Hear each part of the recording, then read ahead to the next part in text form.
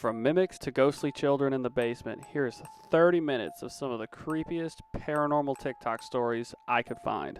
Tell me a ghost story that sounds completely unbelievable but is entirely true. Okay, I have one, and I have a few, but I'm going to share one that's a little bit different than some of the things that I've been seeing on this trend so far. And in order to tell you about that, I have to tell you about this.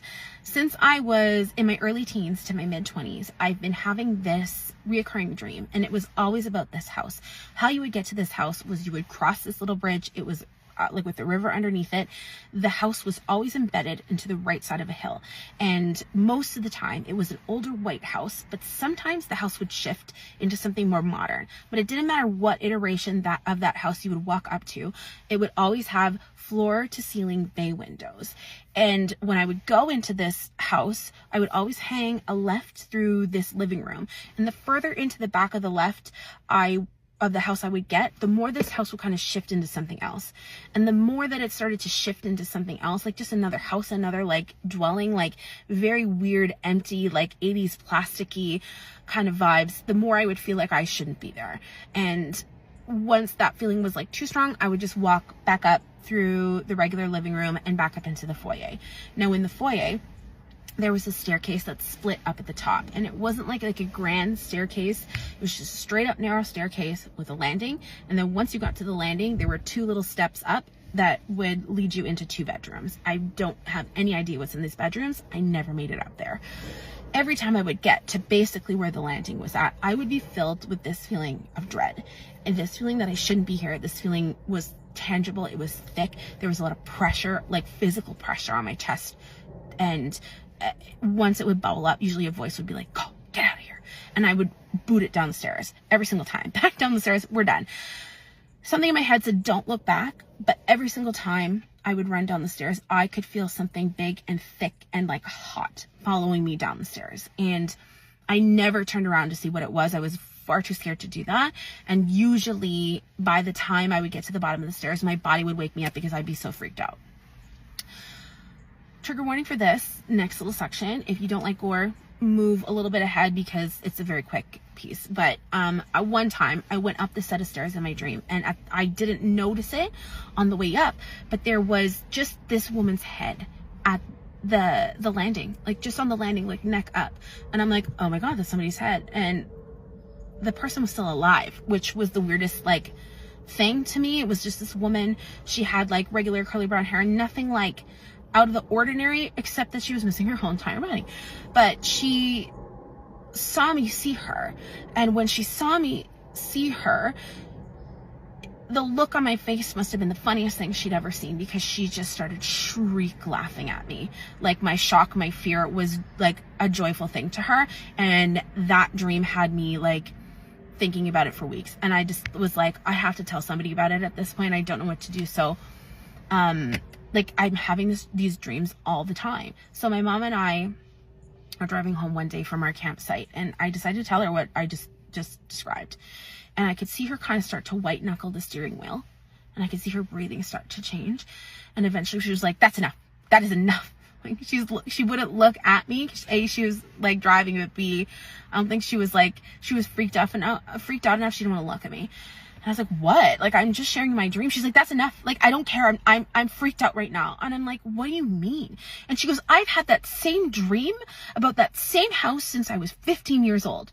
She goes, "I've never seen the woman you've described, but going into the left side of the house and it being a whole other house, going up the stairs, all this stuff, the bay windows, all of it, I have dreamt about this house since I was 16 years old. The fact that you had to cross a river to get to it, I've dreamt this all." And she and I just kind of like sat there in silence. Like, it's still like a very like, wow, a very jarring like thing to think about, but we didn't know what to do. So that I had to tell you this. My mom purchased a bungalow, her first time buying a home. She bought it off of a coworker whose parents had passed. From my understanding, one had passed in hospital and one had passed in a long-term care facility.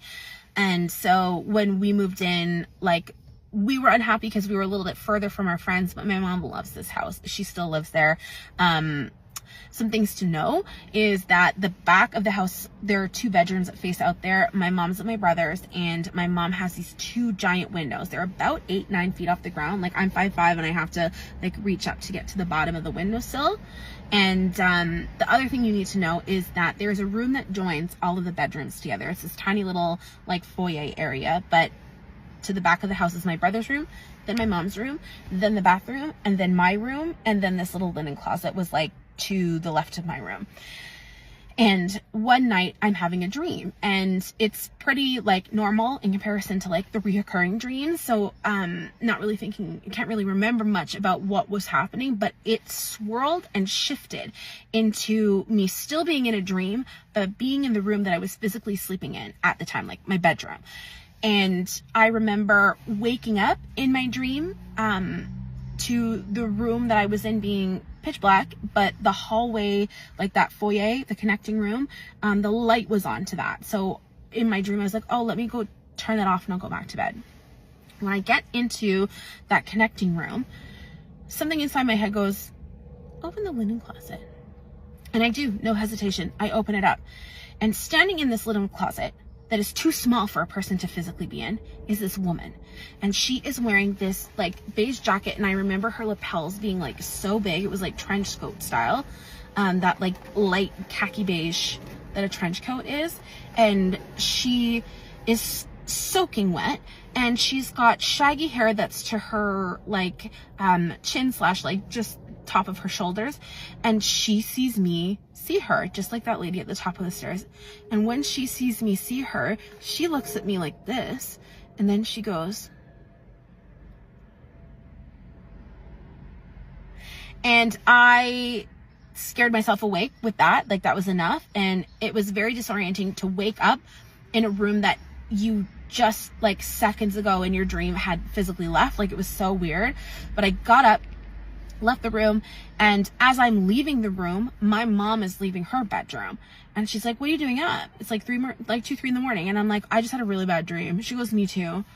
And I was like, did the dog sleep with you tonight? And she goes, no, was she not with you? We had this little Jack Russell Shih Tzu mix named Annie, and she would always sleep in somebody's bed. She had free reign to go around the house. She could go up and down our basement stairs. She usually goes down to the basement, or did go down to the basement to do things she's not supposed to do. But no problem getting up and down the stairs. Now, my mom and I are like, where is she then? So we go and try and find her. She's not in the living room. So we go to the kitchen, and the kitchen, at the back of it, there's a set of stairs that lead down to our basement, and we can hear growling when we get to the kitchen. And we're like, what the hell? Like, we have, again, this yappy little Shih Tzu Jack Russell mix. It's more of that, like, yip, yip, yip, like that kind of a dog than, well, she was loud, but, and a barker, but she was not a growler. So to hear her have this guttural growl at the base of the stairs was crazy. She was at the bottom of the stairs. All of the lights in the basement were on, and they were not on when both of us went to bed. There's nobody else in the house. And the dog would not come up the stairs. We could not get her to come up, and she was just stuck growling. And it took us probably about 5 minutes to get her up there. My mom and I are freaked at this point, and I tell her what and who I dreamt about, and she goes, again, shut up, stop, like, please stop, I can't.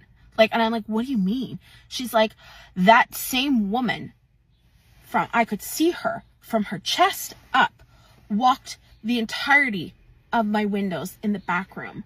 The windows that I told you, if I wanted to reach from the ground, I had to, like, there was physically no way anybody could be walking across at that height unless they were 11 feet tall. Like, there's no way. And I described what she looked like, and I just watched my mom's face go like pale. She goes, she was wearing the fucking jacket. She was wearing that jacket for me too. That's exactly what she looked like. We had the same dream at the same time about the same person, and woke up from that dream at the same time because we saw this person in places that they physically could not fit into in the real world. I have no explanation for it. My mom and I talk about it all the time, and we can still not figure out what went down for this, to all of these puzzle pieces to like come together like this.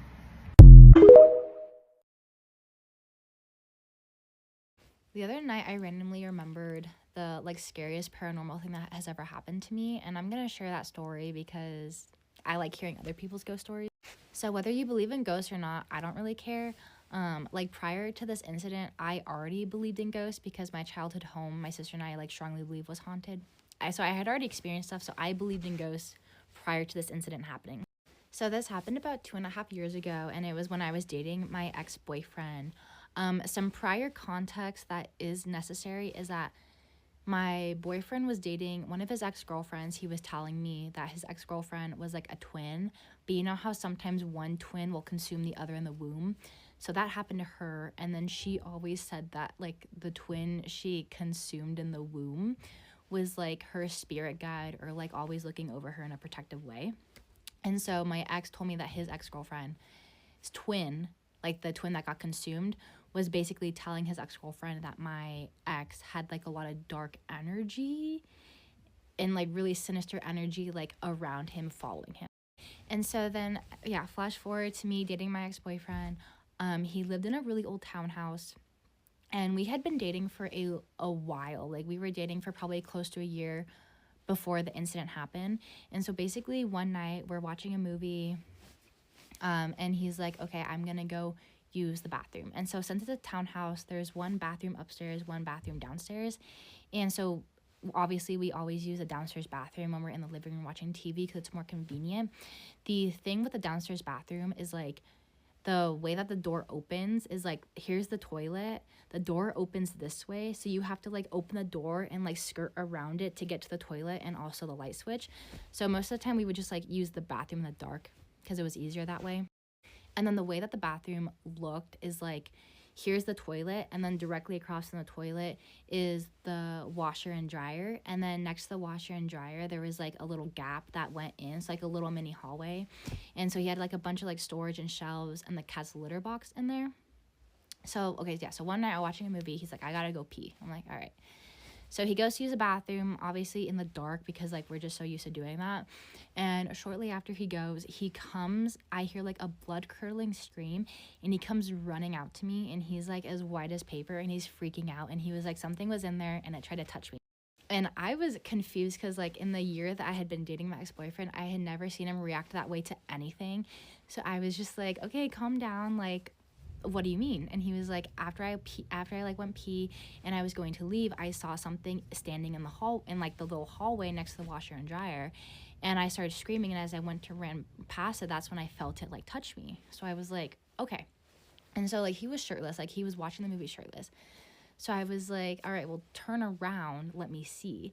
And so he had a really long scratch from like his shoulder blade down to like his side. It was like 3 scratches like that all the way down. So I took a picture of it and I showed him it, and I was like, okay, this is on your back. And like, obviously you did not have this when we were watching the movie. Like I would have noticed that. So I had to be the rational one because he was freaking out. So I was like, all right, we're going to go stay at your parents tonight. We're not going to stay here because even I'm too scared to stay here, and we'll figure it out in the morning. So we go to his whatever. So we come back the next morning. Before we had left that night, we turned on every single light, including the bathroom light. Like we went in there with our flashlights and turned the bathroom light on and shut the door. So every single light in the townhouse was on. When we came back the next morning, every single light was still on except for the bathroom, and the door was open. And we were just kind of like, okay, I mean, the door, how did that open? We don't know. However, the light could have like burnt out because we left it on all night. So we like turn our phone flashlights back on. We go in there. The switch was turned off. We were like, okay. So we turn it back on. The light's on. We shut the door. We're like, all right, let's just shower. So we go to take a shower. Every time me and my ex-boyfriend showered together, we shut the bathroom door because it was just like always really cold. So we shut the bathroom door. Obviously, when you shower with the door shut, it gets very foggy and steamy and like warm. So we're showering. After we're done, we step out of the shower. The bathroom is ice cold and there's no fog, which has never happened before. So we were like, wow, that's really different. So we leave the bathroom. We're getting ready for the day. We hear a sound, and we see like the cats like bolt upstairs. So we look downstairs and look at the bathroom, and we see that the door is open and the light is turned back off. And once again, we were just like, wow, that is really crazy. So then we like went and bought some sage and some other stuff to like cleanse the house, whatever. And after that night, I refused to ever sleep there again or to ever be there alone. And pretty shortly after that, we ended up breaking up anyway. So since I was barely there anymore after that incident and we broke up pretty quickly, I don't know if other weird stuff happened or like what else went on, but it was like a very terrifying night. And I'm not even religious, but I have a gold cross necklace that my grandma gave me. And after that night, I started wearing it for a while. Tell me a ghost story that sounds completely unbelievable but is entirely true. I'll go first. I've got one for you. So, when I was 19, I moved into this house after a breakup, and I found this room on Facebook Marketplace. This girl was selling her room or whatever, subleasing it, and it was, I think, $250 a month. And I was like, yeah, let's go. So, I moved into this place, and it is a very old home. It was made out of local stone, and it was on this block that all the houses were made out of local stone. And if they weren't made out of local stone, they would not still be standing. I'll just say that. They're very old. So this house had been converted into separate apartments, and I was living in a room that you had to walk through a bathroom to get to, and this room was also connected to another bedroom, but we just put like furniture in front of it, so it kind of felt like a bedroom. So that's where I was staying. And the first night that I was sleeping there, I was woken up out of a dream, don't know what I was dreaming about, and I saw this woman just like hovering over me, looking at me. And I looked at her for a few seconds, and when she realized I was looking at her, I just saw her eyes get really wide, and she looked nervous, and she disappeared. And I've never really given that a lot of credit because I was waking up out of a dream. Sometimes you just see things. I don't know. But then the next day when I was leaving to go do something else, I was opening my door, going through the bathroom to get out of the house. I swore that I saw someone like crouched in the corner of the shower. And I thought that was weird. But because the night before and how I was like, that was probably just a dream. I'm probably just paranoid right now. I'm not going to give it any credit. So time goes on, right? And I get a cat. Love the little thing. She's precious. And it gets to a point where, I'm 19. I'm full-time college student. Her food was more expensive than mine, and I couldn't afford to keep her anymore. So one of my friends took her, and I noticed as soon as she was gone that things started to get a little hairy. Like from that day forward till I moved out, every single day something happened. Didn't matter if it was daytime, nighttime, or anything. But that little figure that I had seen crouched in the shower was a little boy. And he was very upset that my cat was not there anymore. So what did he do? He terrorized me. Like, it got to the point where I had to rearrange my room so when I would wake up and roll over in the middle of the night, I wouldn't see him because he would stand in the corner where I had my cat's stuff as if like protesting that she was gone. And that was every single night from that point on. During the day, I would have hangers and clothes fly out of my closet. Did not matter. Door would open, closet and clothes would just fall out. And it became a normal thing, like I would see him and I wouldn't think twice about it because I didn't want to engage. I didn't want to encourage it. So what I would do is I wouldn't say anything. If he was really scaring me, I'd go to someone else's house. I just dip out because like child spirits, you don't really know if it's a real child or not. I think this was a real child because he was just throwing tantrums and taking it all out on me.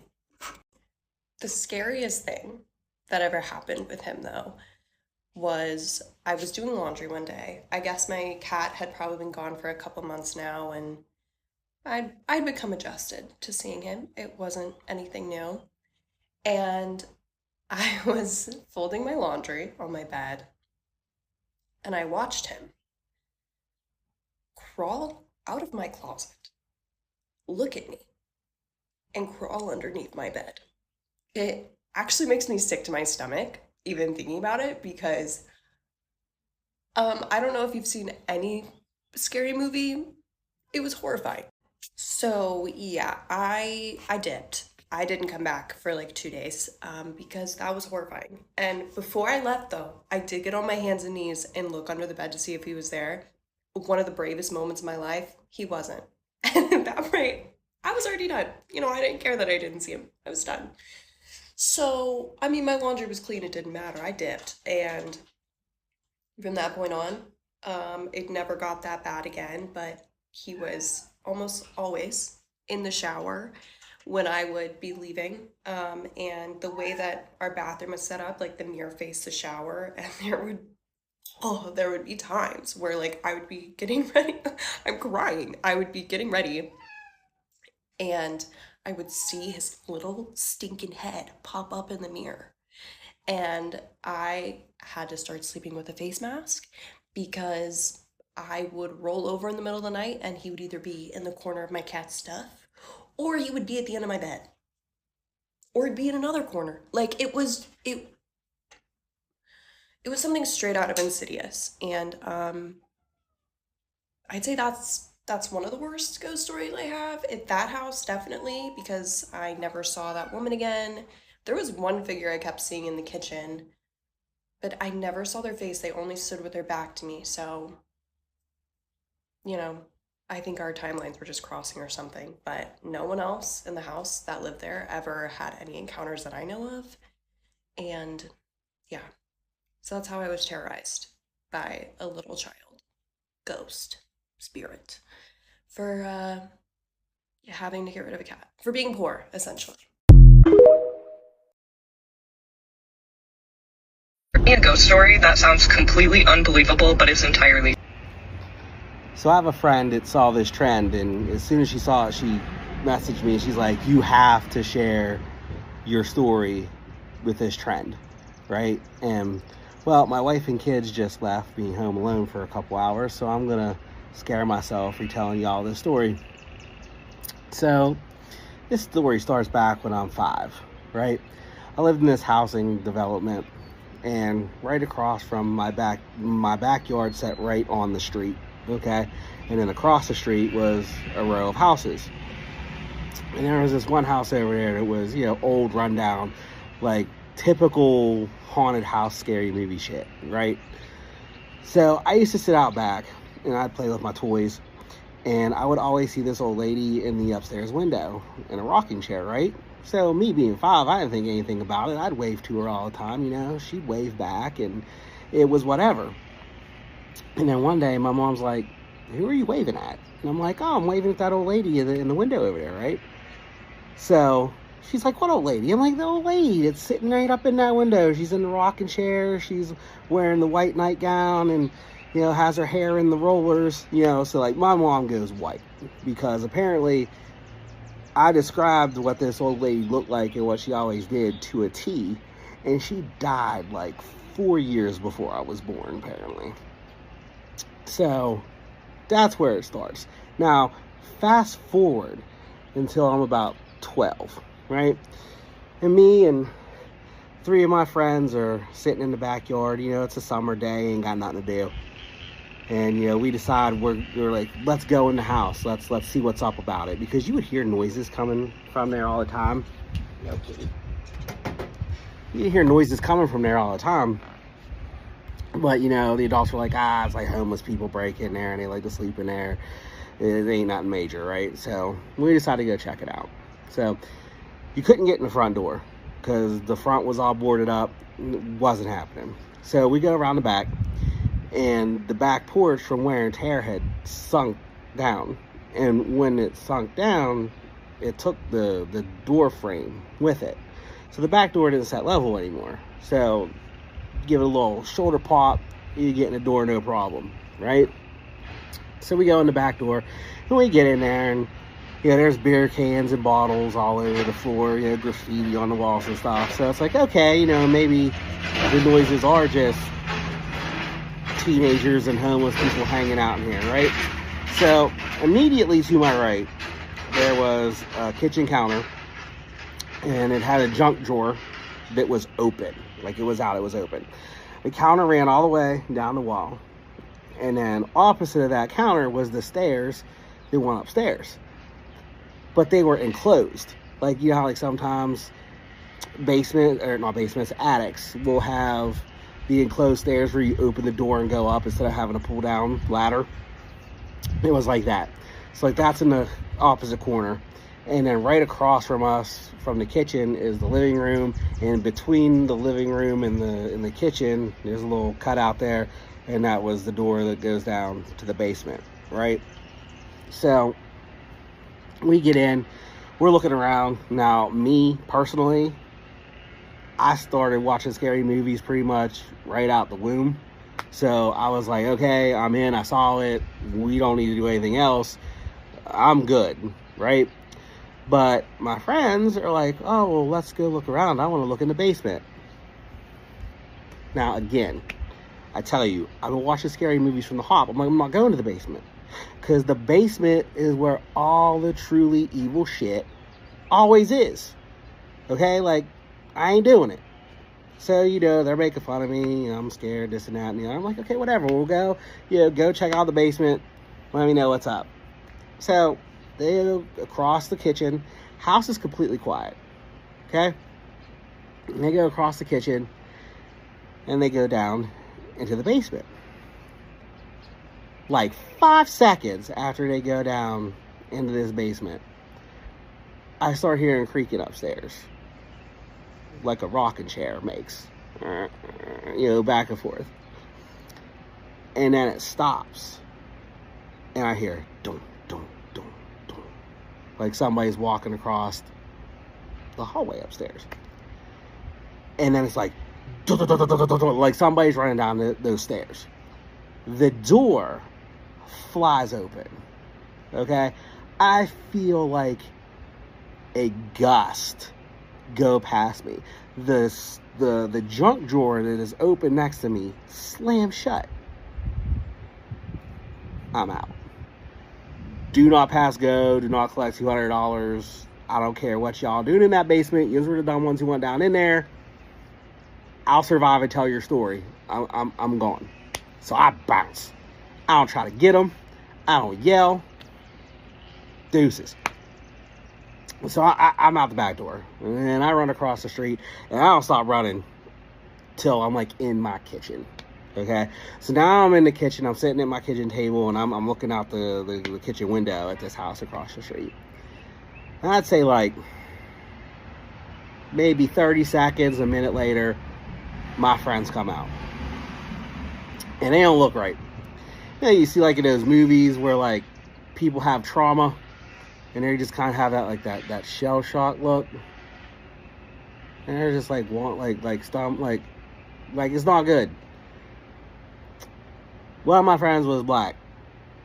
Have you ever seen a pale black person, like a black person who was like scared white from fear?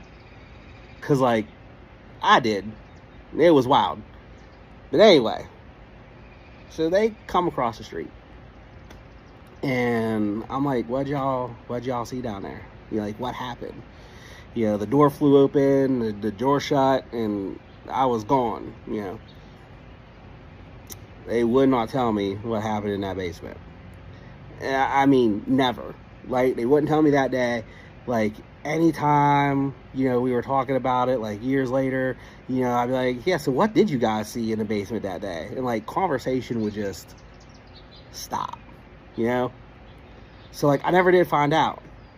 Now the real wild thing is, out of the 4 of us that went into the house that day, I'm the only one that is still alive. All 3 of them are dead. All 3 of them were murdered, not at the same time, in different incidences, years apart. Coincidence? Maybe. I don't know. But I'm definitely thankful I didn't go into the basement that day. Or that they never told me. because, you know, it kind of feels like that if you know what happened out in there, you got.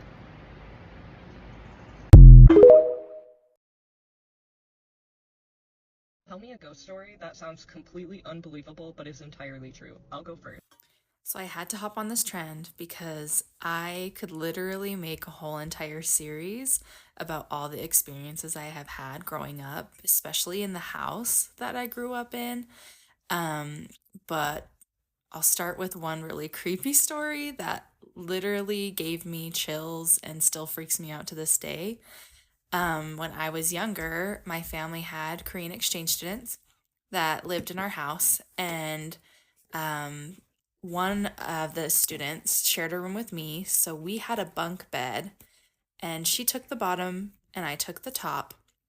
Um, and during this time, my dad had removed all of the doors to all the rooms in our basement because we were getting new carpet. Um, and so I wanted a little bit more privacy. So for Christmas, my grandma gifted me some door beads, but they didn't come to the floor all the way. They were about a foot off of the floor. And my sister Callie would always come in and just steal my clothes, my makeup, whatever she wanted to use. And I was a pretty light sleeper, so she would slide under the door beads to come in the morning before school and to not wake me up. Um, there was one particular night where my exchange student was visiting her uncle in another state for Thanksgiving. So I was alone in my room. It was nighttime, everybody was in bed, and it was dark, and I heard my door beads. So I looked over and I see what looks like my sister, just like her silhouette, and she's got long, curly hair, and she was crawling on all fours with her hair, and her hair was like hanging in front of her face, and she was crawling on all fours, sliding under the door beads, and I could see the door beads like hitting against her back as she slid under. And once she got under, she like hurried to the end of my bed where the closet was at the foot of my bed. So I was thinking to myself, like, oh, I caught her in the act this time. I'm going to totally tell her that I knew she was stealing my clothes. So I snuck to the edge, to the end of the bunk bed. And I just like, wow, like tried to scare her. And when I looked over the end of my bed, there was nobody there. So I just started screaming, and then my sister ended up running down the hall, and she came in and turned on my light, and she's like, what? And I was just like, you have, and I just freaked out and told her what had happened. But that was one time that was super, super creepy.